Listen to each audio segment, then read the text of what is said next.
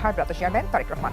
আজ দেখা যাচ্ছে আমাদের সবাই আহত, একবার সবাই ভাই আহত হয়েছে, ওনার হাতে অফিস থেকে বাড়ি করছে, বিরোধী এখানে নাম দিয়ে করতে এসে ভাগ্য ভালো পোশাক ছিল, জ্যাকেট থাকার কারণে ফোকা পড়ে না, তবে এখানে হালকা দেবে গেছে। সকালেই ককটেল নিক্ষেপ একজন নিহত, আহত হয়েছে অগণিত। হঠাৎ করেই উত্তপ্ত ঢাকার রাজপথ। মগবাজারে ককটেল বিস্ফোরণে একজন নিহত হয়েছে। ঘটনাস্থল থেকে আলামত উদ্ধার করেছে পুলিশ, তবে এখনো কাউকে আটক করা যায়নি। একই স্থানে এর আগেও এমন বিস্ফোরণের ঘটনা ঘটেছে বলে জানেন। দর্শক, আমাদের আরেক সহকর্মী সাজিদ সরকার, তিনিও এই মুহূর্তে রয়েছেন শাহজালাল আন্তর্জাতিক বিমানবন্দরে। তারেক রহমান বাংলাদেশে প্রবেশ করবেন তার ঠিক পূর্ব মুহূর্তে বাংলাদেশে তিনটা খুনের ঘটনা ঘটেছে। 20 কোটি লোক এখানে উপস্থিত থাকতে পারে ইনশাআল্লাহ, আমি আশাবাদী। আমি মনে করি যে সারা বাংলাদেশের লোক এখানে উপস্থিত থাকবে। আদমশুমারির হিসাব অনুযায়ী সবশেষ 18 কোটি সামথিং। 18 কোটির মধ্যে 20 কোটি তারেক রহমানের জন্য সবাই উপস্থিত হবে। এদের আইকিউ লেভেলটা কোথায় বুঝতে পারতেছেন? ইতিমধ্যে কথা উঠেছে এবং তার প্রমাণ আমরা পেয়েছি ভারতের আনন্দবাজার পত্রিকার মাধ্যমে। ভারতের 3টি শর্ত মেনে ঠিক সেই সময় দেশে আসার ঘোষণা দিয়েছেন। এটিও শোনা যাচ্ছে যে তিনি মাত্র 7 দিনের ছুটিতে আসছেন, তিনি কিন্তু স্থায়ীভাবে আসছেন না, মাত্র 7 দিনের ছুটি নিয়ে আসছেন। দর্শক, বাংলাদেশে বিদ্যমান রাজনৈতিক প্রেক্ষাপট নিয়ে আরেকটি নতুন নিউজ নিয়ে আপনাদের সামনে হাজির হয়েছি, যার বিশেষ অংশ ইতিমধ্যেই আপনারা দেখেছেন।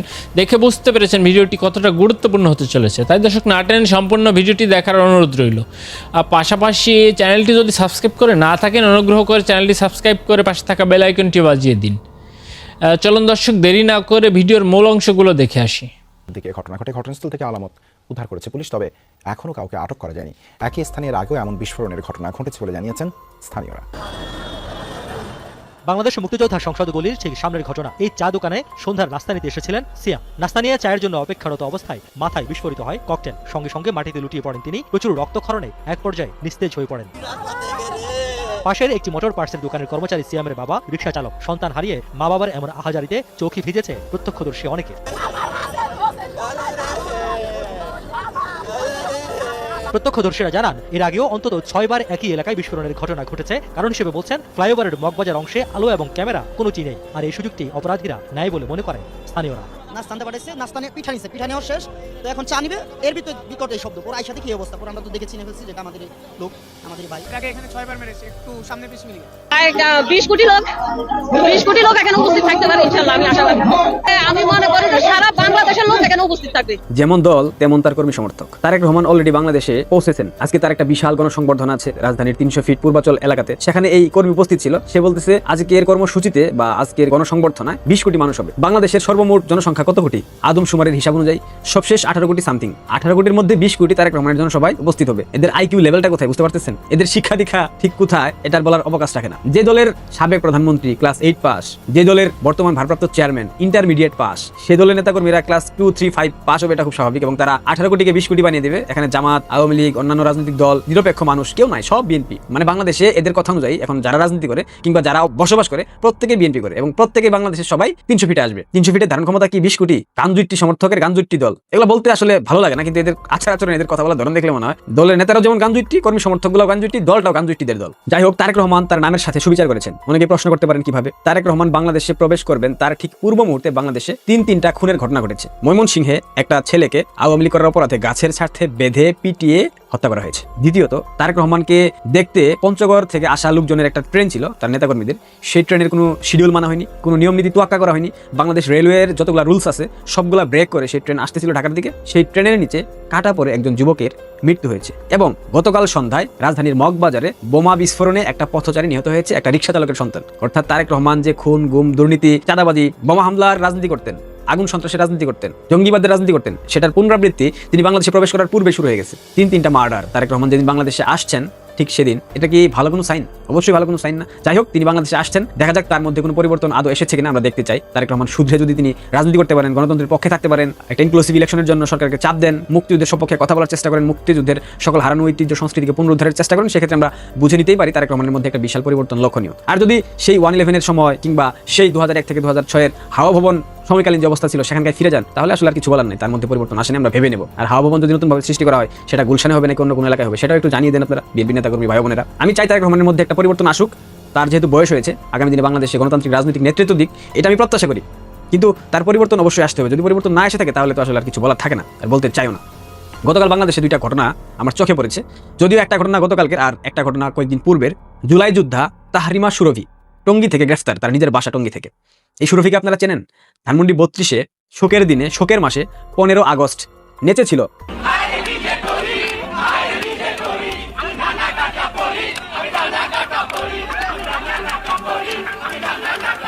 এই মেয়েটা যথেষ্ট উগ্র। এই মেয়েটা বিভিন্ন সময় আওয়ামী লীগকে পেটাতে চেয়েছে, বিভিন্ন সময় আওয়ামী লীগের নেতাকর্মীদেরকে থ্রেট করেছে, এমনকি শোকের মাসে শোকের দিনে বঙ্গবন্ধুকে জুতা নিয়ে শ্রদ্ধা নিবেদন করতে গিয়েছিল। আসেন তার ভিডিওগুলো একবার দেখে নিই। শ্রদ্ধা নিবেদন জানাইতে আসছি, ফুল নিয়ে আসি না, কিন্তু পায়ে অনেক সুন্দর সুন্দর জিনিস আছে। জীবনে অনেক বড় স্বপ্ন ছিল আমি একটা লিগের থাপড়াবো, থাপ মানে ছাত্র লিগের, বুঝছেন। পায়ের স্যান্ডেল দিয়ে শ্রদ্ধা জানাতে গিয়েছে। বাক স্বাধীনতার যুগ, যেতেই পারে, স্বাভাবিক। গতকাল রাতে তাকে গ্রেফতার করা হয়েছে। কেন জানেন? কারণ সে জামাতের বিভিন্ন নেতাদের বিরুদ্ধে কথা বলেছে, সে বর্তমান সরকারের উপদেষ্টাদের বিরুদ্ধে কথা বলেছে, বিভিন্ন কর্মকর্তাদের বিরুদ্ধে কথা বলেছে, তাদের দুর্নীতি, তাদের অপশাসন নিয়ে কথা বলেছে, যার কারণে তার সেই বাপেরা, তার সেই সুগার ড্যাডিরা তাকে খেয়ে দিয়েছে, গ্রেফতার করিয়েছে। সে তো সম্মুখ সারির জুলাই যোদ্ধা, তাকে কেন গ্রেফতার করা হবে? তার সম্ভবত ছিড়তে হলে অবশ্যই আওয়ামী লীগ ছিড়বে, বিএনপি ছিড়বে, অন্যান্য রাজনৈতিক সংগঠন ছিড়বে। এই সরকার কেন ছিড়তেছে? সে তো সম্মুখ সারির যোদ্ধা। একটা কথা মাথায় রাখবেন, পাপ কখনো বাপকেও ছাড়ে না। সেই জুলাই যোদ্ধা তাহারিমা বলেছিল তাকে রক্ষা করার জন্য, তার নিরাপত্তার জন্য পিনাকি দাদা আছে। হুমকি দামকি তো অনেকদিন ধরে পাচ্ছি, পিনাকি দাদা আছেন, তারপর আর অনেকেই আছে। আপনারা ফোন দিছিল?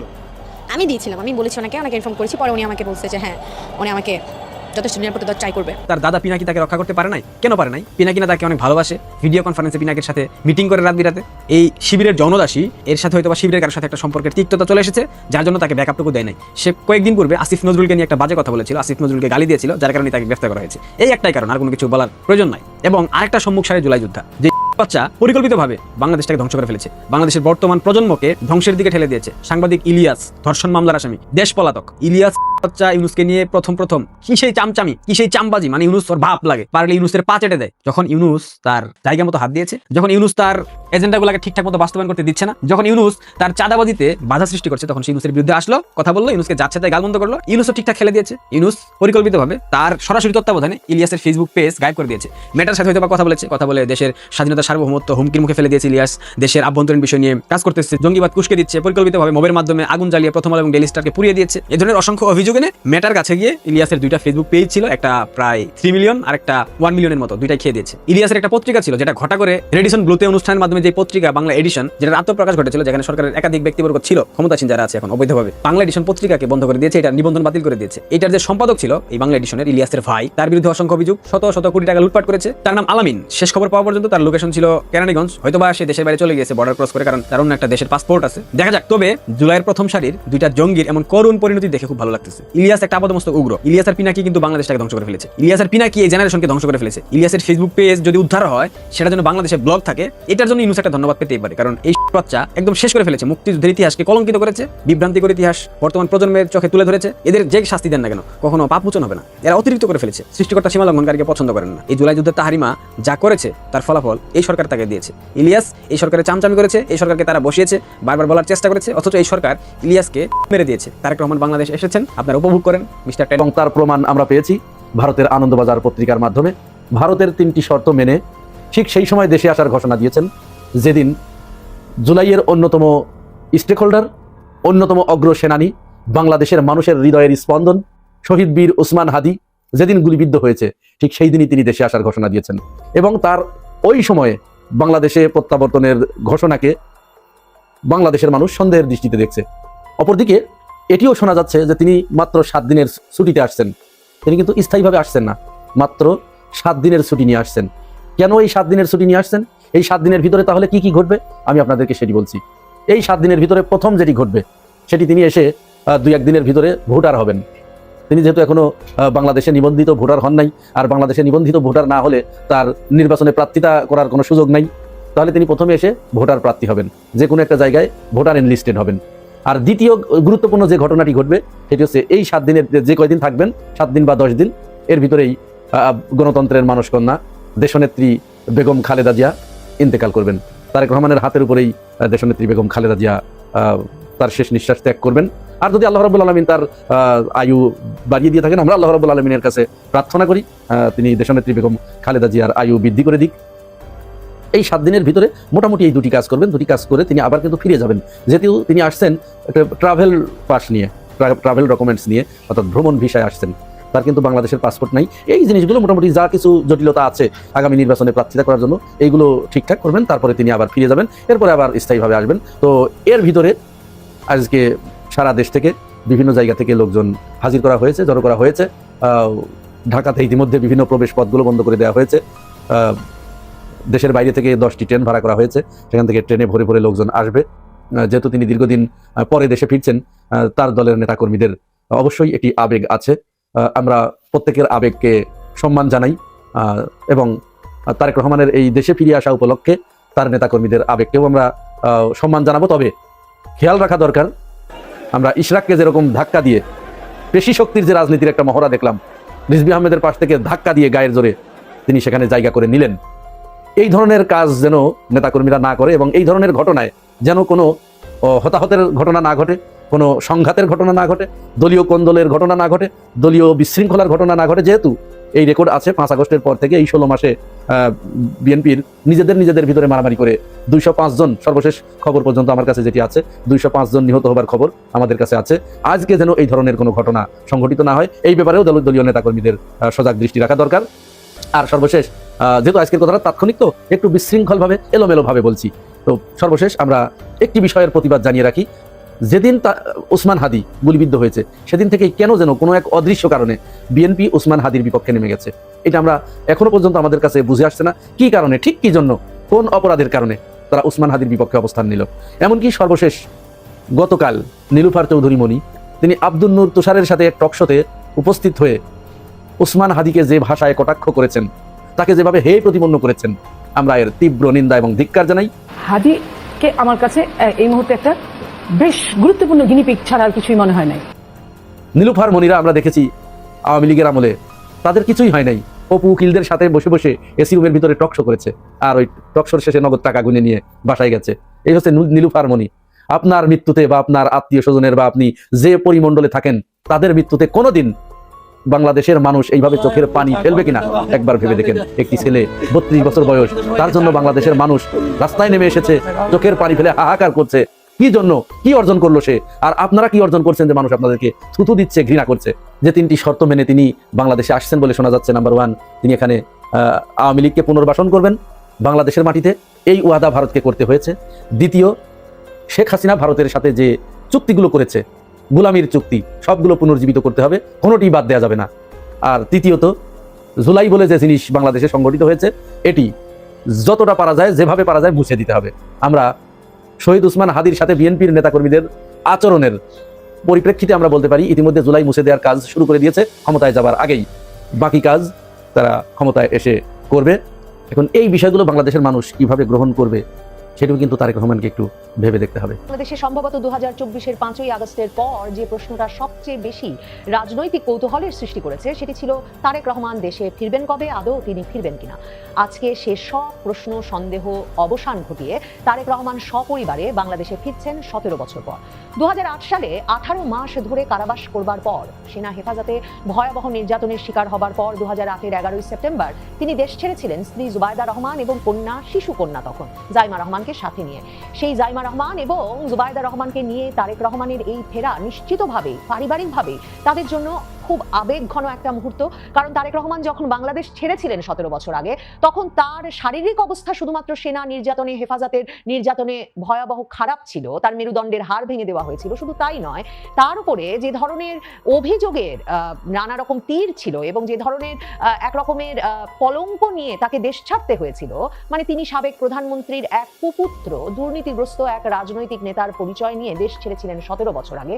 এরপর থেকে সবসময় দলের সাথে থেকে, মায়ের সাথে থেকে ভার্চুয়ালি রাজনৈতিক কর্মকাণ্ডে সর্বতোভাবে মনোযোগ দিয়ে আজকে যখন তারেক রহমান তার কন্যা, যিনি এখন প্রাপ্তবয়স্ক, সেই তরুণী কন্যা জাইমা রহমান কিংবা স্ত্রী ডাক্তার জুবাইদা রহমানকে নিয়ে যখন ফিরছেন, তখন সারা বাংলাদেশ তার জন্য অপেক্ষা করছে কৌতূহল নিয়ে, আগ্রহ নিয়ে। আর নেতা কর্মী সমর্থকরা সহ বাংলাদেশের ব্যবসায়ীদের একটি অংশ, সম্পাদকদের একটি অংশ, সুশীল সমাজের একটি অংশ অধীর আগ্রহে অপেক্ষা করছে যে তারেক রহমানই সম্ভবত ভবিষ্যৎ বাংলাদেশের প্রধানমন্ত্রী এবং একমাত্র নিরাপদ চয়েস, যিনি একটা মধ্যপন্থার বাংলাদেশ এই দুঃসময়ে, মানে একটা ঝুঁকিপূর্ণ যে সময় তৈরি হয়েছে বাংলাদেশে, যেখানে বাংলাদেশ কোন পথে হাঁটছে একটা বিরাট অংশের মানুষ বুঝতে পারছেন না, চরম পন্থার দিকে যাচ্ছে কিনা বাংলাদেশ, তা নিয়ে দেশি বিদেশি মহলে উৎকণ্ঠা আছে, ঔৎসুক্য আছে। তখন তারেক রহমানকেই তারা নিরাপদ পছন্দ হিসেবে, ভরসা স্থল হিসেবে চিহ্নিত করেছেন। কাজেই তারেক রহমান সস্ত্রীক সন্তান সহজে ফিরছেন, এই ফেরাটা 2008 সালের 11ই সেপ্টেম্বরের তুলনায় অনেক অনেক আলাদা। নিশ্চিতভাবে তারেক রহমান, জুবাইদা রহমান, জাইমা রহমান তিনজনেই ভীষণভাবে আবেগাপ্লুত থাকবেন তাদের দেশের মাটিতে ফেরার বিষয়টা নিয়ে। আবেগাপ্লুত থাকবেন এ কারণেও যে শুধুমাত্র যে কোটি কোটি নেতা কর্মী সমর্থক তাদের জন্য অপেক্ষা করছেন তাই তো নয়। মা খালেদা জিয়া, যিনি তখন পুরো ব্যবস্থাপনাটা করেছিলেন যে ছেলেকে কি করে মুক্ত করে বিদেশে একটা নিরাপদ জীবনে পাঠানো যায়, সেজন্য যিনি তখনকার সেনা কর্তৃপক্ষের সঙ্গে সকল আলাপ আলোচনা করেছিলেন এবং সংবাদ মাধ্যমের সামনে কাঁদতে কাঁদতে বলছিলেন তখন যে আমি বলে দিয়েছি ও আর রাজনীতি করবে না, কিন্তু তাকে যাতে বিদেশ যেতে দেওয়া হয়, না হলে আমার ছেলে বাঁচবে না। ওই যে একজন মায়ের আকুতি, সেই মা তার সন্তান, তার বড় পুত্র যখন বাংলাদেশে ফিরছেন, তার দলের মানে দায়িত্ব একরকমের আনুষ্ঠানিকভাবে নিতে সশরীরে, তখন মা খালেদা জিয়া হাসপাতালে চিকিৎসাধীন এবং প্রায় 1 মাসের বেশি সময় ধরে তিনি হাসপাতালে গুরুতর রোগশয্যায়।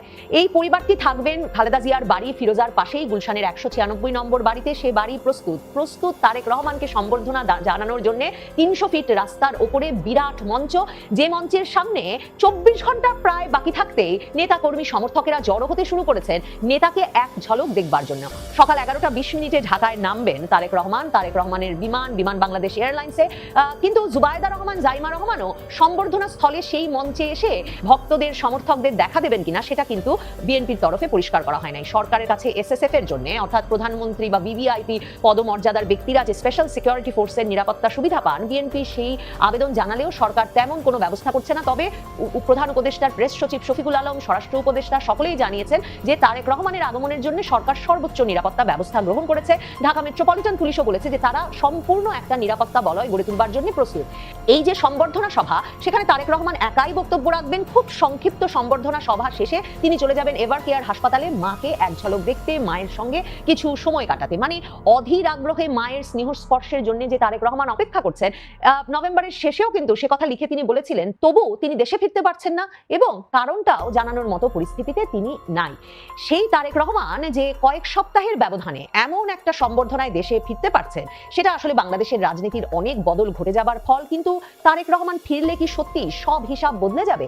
অনেক হিসাব বদলে তারেক রহমান ফিরেছেন বটে, কিন্তু তিনি ফিরলে যে হিসাবগুলো বদলে যাওয়ার কথা, নির্বাচন নিয়ে সকল সংশয় উদ্বেগ দূর হয়ে যাওয়ার কথা। প্রথম আলো সম্পাদক মতিউর রহমান তারেক রহমানের স্বদেশ প্রত্যাবর্তন উদযাপনের জন্য বিএনপি যে সভার আয়োজন করেছিল, সেখানে গিয়ে বলেছেন তারেক রহমান আরো আগে ফিরলে হয়তো দেশের এই অবস্থা হতো না, এবং তিনি আশা প্রকাশ করেছেন যে নির্বাচন নিয়ে অনেক শঙ্কা তারেক রহমান ফিরলে কেটে যাবে। কিন্তু সত্যিই কি নির্বাচন নিয়ে সকল শঙ্কা কেটে যাবে? শঙ্কার একটা বিরাট জায়গা হচ্ছে নিরাপত্তা সংকট। তারেক রহমান ফেরার আগের দিনেও রাতের বেলা ঢাকা শহরে ফ্লাইওভার থেকে ছোড়া এক ককটেলে যুবক নিহত হয়েছেন। কয়েক সপ্তাহ আগে ওসমান হাদি ঢাকা শহরে দিনে দুপুরে প্রকাশ্যে গুলিবিদ্ধ হয়ে নিহত হলেন। এ সময়ে যার নিরাপত্তা নিয়ে বহু দিনের উদ্বেগ, সেই তারেক রহমান সপরিবারে বাংলাদেশে আসার সিদ্ধান্ত নিয়েছেন এবং তার দলের পক্ষ থেকে যারা নিরাপত্তা ব্যবস্থা করছে, চেয়ারপারসন সিকিউরিটি ফোর্স, সেই চেয়ারপারসন সিকিউরিটি ফোর্সের তরফে বলা হচ্ছে যে তারা মূলত ভরসা করছেন দলের কর্মী, বাংলাদেশের জনগণের উপর এবং এর পাশাপাশি সরকারের আইন শৃঙ্খলা রক্ষাকারী বাহিনীর উপর। তারেক রহমান কি নিরাপত্তা বজায় রেখে স্বাভাবিক জীবনযাপন করতে পারবেন বাংলাদেশে?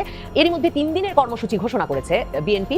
সম্বর্ধনা সভায় আজ যোগ দিয়ে সংক্ষিপ্ত বক্তব্য রেখে মাকে দেখে 196 নম্বর বাড়িতে তো পৌঁছে যাবেন তারেক রহমান। শুক্রবারে জুমার নামাজ পড়বেন, শুক্রবারে বাবা প্রেসিডেন্ট জিয়াউর রহমানের কবর জিয়ারত করবেন এবং জুলাই যোদ্ধাদের সঙ্গেও দেখা করবেন শ্যামলী হাসপাতালে গিয়ে। শনিবার ওসমান হাদির কবর জিয়ারত করতে যাবেন এবং শনিবারে এর পাশাপাশি তিনি নির্বাচন কমিশনে গিয়ে জাতীয় পরিচয়পত্র এবং ভোটার তালিকায় নাম লেখাবেন। 2008 সালের 11ই সেপ্টেম্বর তিনি দেশ ছাড়ার পর, তিনি এবং জুবাইদা রহমান দেশ ছাড়ার পর 1/11 সরকার ছবি সহ ভোটার তালিকা প্রণয়ন করেছিল। কাজেই তারেক রহমান, জুবাইদা রহমান কারোই এনআইডি বা ভোটার তালিকায় নাম ছিল না। মে মাসে এসে জুবাইদা রহমান তার নাম ঢুকিয়ে গেলেও তারেক রহমান এই ভোটার তালিকায় নাম ঢোকানোর কাজ করেন নাই। কাজেই 27শে ডিসেম্বর তিনি সে কাজটি করবেন। 29শে ডিসেম্বরের মধ্যে কিন্তু মনোনয়নপত্র জমা দেওয়ার শেষ তারিখ এবং তারেক রহমান এবারের নির্বাচনে প্রতিদ্বন্দ্বিতা করছেন।